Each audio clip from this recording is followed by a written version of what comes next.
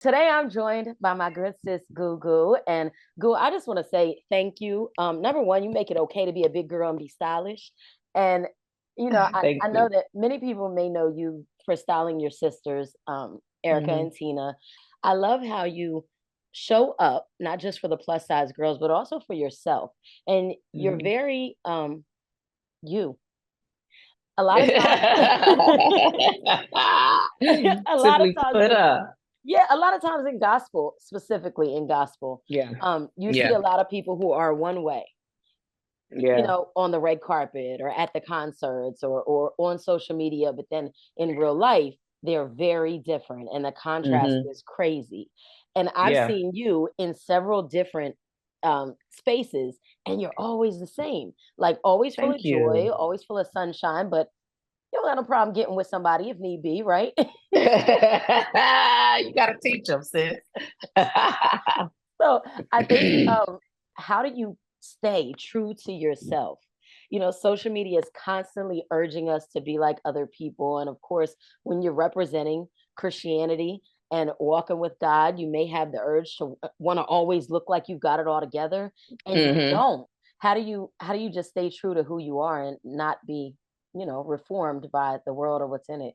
Beasy, I never subscribe to being that other thing. Like I make this joke, I commit all my sins in public. So the reason why I said that is because I saw, like, traveling with my sisters, I saw early on, how much people had to say. And I was just like, well, if I walk into that kind of space, I'm not going to I'm going to walk into the space being exactly how I am. I'm not going to allow you the opportunity to come in and tell me how to run my life. So it may be a little prickly in the beginning, but you got to teach people how to deal with you and how to, maneuver around you. I see people like the OGs, like I see Whoopi Goldberg and just different people. It's like you don't waltz up on them and just be Denzel. You don't deal with them. And I think sometimes earlier in people's careers, they don't know. They just think that they're being no, I should do this. I should be a representative, whatever. And I was just like, I'm not gonna do that. And I'm gonna ask God to show me a way to be exactly who I am, to say exactly what I feel. Not to say that my sisters weren't, but you have the powers that be. You have all these executives, you have bishops and stuff that and leaders that you grew up under, and you want to honor them, and you don't realize that you're kind of appeasing so many different people until kind of you can get lost in that. And so gratefully I was able to kind of see that. And sometimes people, they go through that in the beginning and then they come out of it and we think they turned into whatever, whatever, whatever. It's just like, no, they sick of y'all. Like, I didn't want to do that. Like, I'm sorry. Like, if whatever you're gonna think of me, think it now. But yeah, so I'm not gonna be everything that you guys want me to be. I'm gonna be Goo Goo. And if that works for you, cool. If not, pray for me. And how do you deal with people, the trolls? Whether they're trolling on social media or trolling in real life, there has to be a time or two where somebody hits something. And Yeah. when that happens, how do you navigate that? Yeah. So when somebody sent me a picture of my ex-boyfriend's penis, that's when it got really um yeah, it got really weird. So again, you have people saying, I'm trying to tell you something. I'm trying to, and I'm like, the crazy thing, I was like, look, women, we looking in the background like, I know that apartment. Wait a minute. So anyway, so things like that come up, and so it's crazy because when that happened, it kind of made me a little like anxious about like, oh my God, I don't want to check no DMs. I don't want to, and people don't realize that Yeah. people deal with this sort of thing or whatever. But to answer your question simply, I block them. I make sure like stuff that people saying ain't true. Like sometimes people will genuinely come to you with a genuine, like, at the end of the day, I don't walk up to nobody and say, you hurt my feelings if they didn't do anything specifically to me or whatever. But sometimes people that got good sense say, "Hey, Goo, you should think about da da da da da." And sometimes I look at that. If it's people with sense or the people in my life that say, "Hey, Goo, you getting a little," I'll pay attention to that. Like I'm not a person that you can't correct or whatever. Um, Regardless to popular belief, they think that whatever, strong people or people with big personalities, you can't tell us nothing. But I'm like, I'm very pliable, and I pray that I am, because I am strong. And so I want to make sure that with that gift of being strong, that I don't just mishandle it and misrepresent Christ. I in the world of reality TV, I was categorized with some of the ones that I was like, I ain't nothing. What? You know, people would send me stuff and say, this is something you would say. And it was like, oh, ball edge. Da, da, da. I was like, I don't do people like that. Like, what do you say? Like, so I'm like, that is not something I would say that would. And so I was just like, I realized that they were misunderstanding my personality, but it made me think of like, when you're strong, for one, I think there's admiration there, but then they feel like nothing is going to hurt you. So they can pick on you. So they can do this with you, they can play with you, they can send you pictures of, they can do this sort of stuff, and it's fine. And that they can call you fat and think you a celebrity, you ain't no stylist, you only style your sister,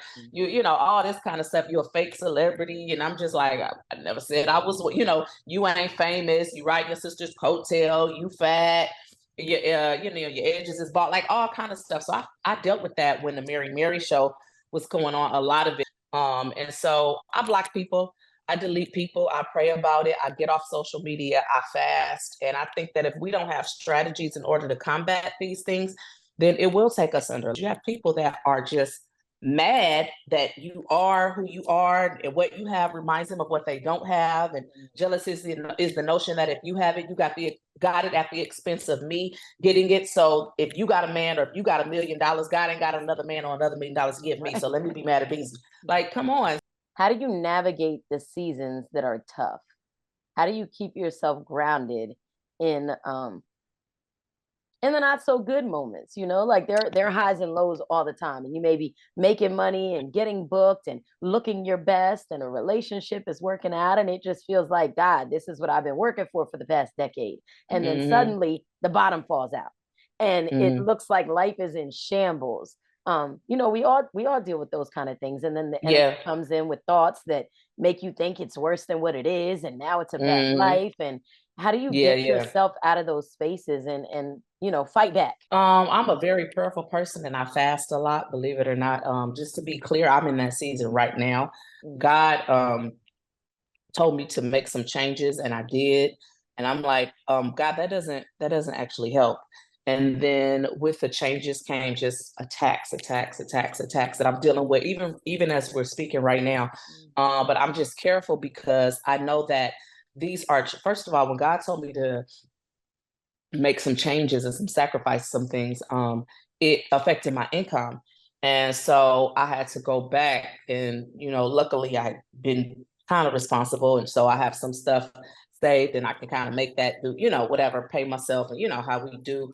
And so I'm able to do that, and I'm grateful to do that. But that was one thing. But then on a personal tip, a lot of personal things start happening. So there's the big thing, and then it's all these other things. And so for me, that is a time where I see that the devil is coming after something. So I already know what it is, just so you know. I already know it's elevation time, and I got to sit down. I got to be quiet. I got to stop doing certain things. I got to fast and pray. I got to move in this way. And so when you're doing that, that is fighting. That is fighting in the spirit. When you praise God, that is fighting in the spirit. When you encourage somebody, that is fighting in the spirit. When you pray in tongues, that is fighting in the spirit. So I realize that the devil is mad. So sometimes people may not know all that's going on, but when it's this after this after this after this after this, something in the spirit is going on, and it will behoove you to sit down and relax and be quiet, and quiet your life, whatever that looks like. Stop going out every weekend. Stop sitting on the phone all day. Stop and just talk to God, and take a walk and talk to God, whatever that looks like. And so listen to a Christian meditation or something, and talk to God. Let the Bible play and talk to God, so that you can see what is going on there, because it can feel like a holding pattern, and it is a holding pattern if you don't get it. So right now, I'm in a sense in a spiritual boot camp, and so I don't play with myself in these seasons, and I'm definitely not going to play with y'all. So what do? I pull back and I cling to God, and it's just me and God, because it's kind of difficult to pull it away, because it's like the devil make you think you getting a little piece of something, like you'll get a little ting, and it's just like God got a whole ocean over there to give you. You know what I'm saying? And so your piece is over there. This little piece of, maybe ego boost or something like that. This ain't it. And so the devil will make you thirst and fiend after those little teeny tidbits, when it's a whole ocean of peace and love, and contentment and self-love over there, if you just hide yourself in God during those times. So I think it hits us all, sis. And I think when we start diving deeper into the cover up, that just makes it worse and worse and worse. Let's be honest. I'm feeling sucky. I'm feeling yucky. I'm not feeling you know what I'm saying? And I so when I feel like that, I know I'm feeling like that. And again, I pull away because I know social media ain't it. And social media is actually going to make it worse. Anything we use to replace God or what we should be getting from God can get a little ugly. You know what Right. I'm saying? It can, whatever that is, food, candy, Right. a man, you know what I mean? Whatever, money, you Mm. know. And so make sure you pull away. Just listening to all that, I think, I mean, you're absolutely right. There are so many seasons in life where everything just seemingly flows, and then you find Mm-hmm. a little turbulence, and it's Mm-hmm. something that you can manage because it's only a little, and then Mm-hmm. next thing you know, it's a little bit more and a little bit more, and before you know it, you are in a season where it feels like all hell is breaking loose. Yes. And I'm the strong friend like you, so Mm-hmm. I found it hard. I think today I'm better at it, probably because I have a spouse and I've found my Mm-hmm. tribe. And Mm-hmm. when you're younger, you have a lot of friends, but Mm-hmm. they're not necessarily quality, quantity. Yeah. Yeah. So the older I get, the more I'm like, all right, I'm good with quality. Even if they're all not good at Mm-hmm. the same thing, I know he is good at that thing and she is good at Yes. this. And Yes. so who who is your tribe? Not by name, but how do you figure out the good ones so that when you're not feeling so strong, when you take the mask off, when you're at your lowest, when you feel like you just want to cry and Mm-hmm. scream, maybe stuff that don't make sense to nobody but you, maybe Yep. it shouldn't be a big deal to anybody else, but to you it's a big deal. And Yeah. you've been carrying all of these other things for so long, so that one little thing happened and caused you to just, Mm-hmm. now that's it, Fly I off the can't handle lid. nothing Yeah. else. Somebody Yes. step on your toe and you done blew up the building. Right. Yeah. So who do I go to? I go to, my day ones, and I could cry or I could not have it or I could something really embarrassing. I mean, even in this situation, if something really hurtful, something really embarrassing happened. You know what I mean? And I was like, all of this happened after I said, yes, Lord, I'll obey you. And I'm just like, is this my reward? Because I was thinking that you was gonna, you know. And so, I think of how Abraham, when he had to go and sacrifice his son, like it ain't that bad. But he was going up there and he was ready to go sacrifice his son. His son, he waited 100 years to have.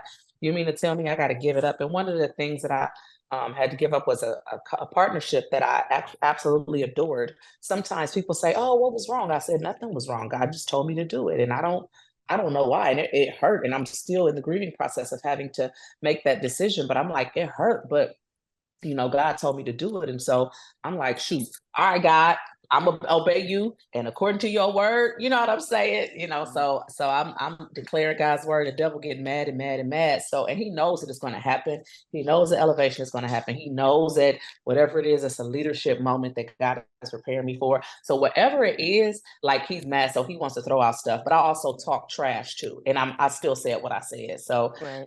so it's the big thing, and it's all of I just made this sacrifice for you, and you just gonna let the devil aggravate me like this, but it ain't gonna stop what God is doing. So Bible says everything give thanks. I just keep thanking God all the way through it, and I keep saying, God, I thank you for the process by which you choose to bless me. I'm thankful for everything that I'm learning as I'm going through this. Thank you that somebody said something very, very, very disrespectful to me while I'm in the midst of going through something because you want me to grow in patience. So I just in patience. So I literally just keep thanking God every step of the way because for one, he's always good and he always deserves thanks. And then for two, it pisses the devil off. And I sometimes you got to be petty like that. When I quit my job in Colombia, I quit my job because God told me to. And it wasn't a Mm, thing. I didn't want to quit Goo. I was like, in amen. the world, I was in a good space. I was making Mm-hmm. money. I had used it to raise my children. I mean, Mm. the girl ain't really did nothing but sell Stability. drugs. Yeah, like I was Yeah. good, right? So I'm in this great space, and God just told me to quit. And I was so against it that I kept saying, I feel like I'm hearing things that can't be God. Uh, Why would God tell me to release I was something like, that, God, you didn't say that. Because just like that's what said Abraham. So kill the son that I waited 100 years to get. we're entrepreneurs, so it's gig, cancel, gig, wait forever to pay you. So you have all these things going on. And so what happened was, I was like, that offered me stability so I could say no to some other things and just kind of Mm. glide. So I was like, all the stability that I had prayed for, you want to take it back? So that's what it was. Go ahead. No, and it's the same thing. It's Mm-hmm. stability. I was stable. I didn't have to worry about anything. I was Mm-hmm. honoring God with my walk. I was committed to doing better and trying to do the right thing always, and all of that. Mm-hmm. So when he told me to quit, I assumed, like you, that if I quit, something good is going to happen because I'm releasing Mm-hmm. something big, something I Yes. love. So you got to come with something better, right? And I quit February 6th, 2020. That was my last day on air. And nothing happened. But in my mind, I'm like, all right, it's brewing. Like I give it a couple weeks, Mm-hmm. it's brewing. And then Uh, in March, COVID came. And I was like, oh, I know you lying.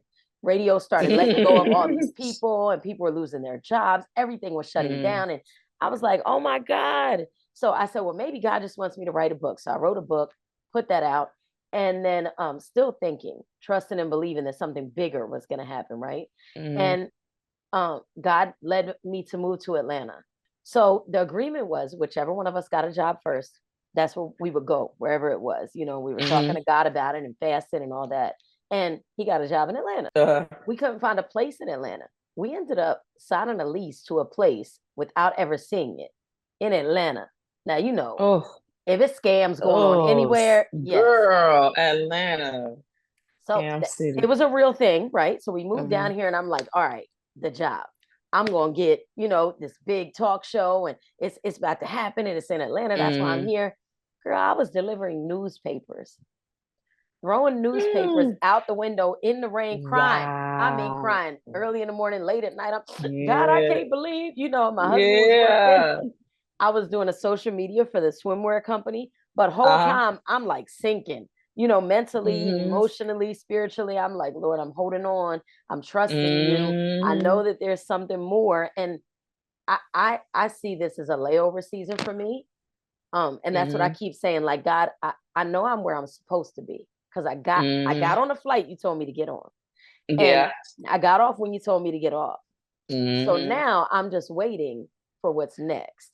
And you already have a time for what's next. Just like Yeah. kind of like a Yeah. flight. That next flight is already Mm-hmm. scheduled. I'm Prepare. already Yeah. going to be on it when I'm supposed to be on it. I just don't know when the layover ends. Um, Ooh, so child. I see, like I wanted to share that with you because although I'm Mm-hmm. better, thank Yeah. God for better. I'm Uh-huh. better than I was, and I'm able to use my talents and my creative gifts. Mm-hmm. I'm still I'm still in the desert. I'm still in the Mm, layover. girl. But I still believe in the promise. And I think as Mm-hmm. long as we, just like the Mormons when they were crossing the desert, and just like Joshua when, Mm-hmm. I just feel like as God continues to elevate us and trust us with who Mm-hmm. our people are, right? Because we all have our different Mm-hmm. people. Yeah. It's always a different desert and a different layover. Yeah. And so Yeah. this is tough, for you now, but Mm-hmm. I believe that's because what's coming is bigger. It's greater. Yeah. It's not Yeah. it's not the answer to a prayer. It's like superseding that. And Yeah. Yeah. so it has to, Oh, how thank it you for go. that. It just don't feel Yeah. good. It You don't know? feel good. Jesus. Yeah. Yep. Yeah. But you But got it's it. a part of it, man. Yeah. Yeah. These big girls and I was just like, I be saying, God, God, I didn't ask for this. I didn't, this is your doing. Right, So right. can you do? Yeah. You better But than me. again, Handle this. Yeah. hmm Well, thank you for talking to me today. I wish you of all the course. best on your journey, and man, I'm believing great things for you. You really are Thank you.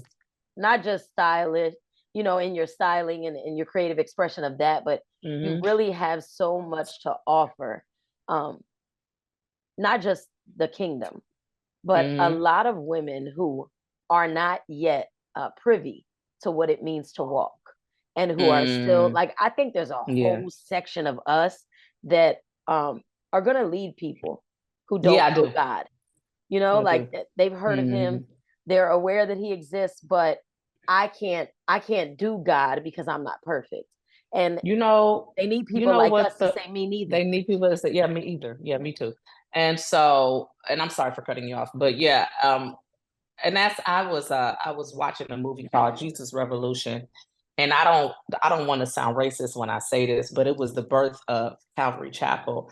And I just saw how everything was just aligned, like they just, and I'm like, that was for, upper middle class white America. And it was just this revolution of just pure Jesus. And it just broke all these barriers. And I'm just like, God, I want that for the culture. Like, I want that, Mhm. like in our culture, like with the rappers and the Mhm. Glorillaz and the whatever they Mhm. artists and stuff. I want that. Like, I want a great outpour like you did for them. I mean, everybody is invited because just like for that revolution, it was all kind of black people and everybody was in it. So Mhm. I don't want to make it a black and a white thing, Right. but I'm just like, oh, I just want that. Like I just want Mhm. people with all them tattoos all over their faces. Like I Mhm. just want them praying in the spirit and seeking God and witnessing, and you know what I'm saying? Like I want that, and so that's kind of where my heart is, at the moment, and whatever role I need to play in that, just okay, God, yeah, I Well, ain't I'm trying to birth excited. no Calvary Chapel. I'm excited to see what's next Mhm. for you. I look forward to Thank um I you. look forward to all the big announcements. Thank you. And Yes. same here. Oh, Same thank you. here. All See you righty. later. All right. Bye bye. God bless. Bye-bye. You too. Bye.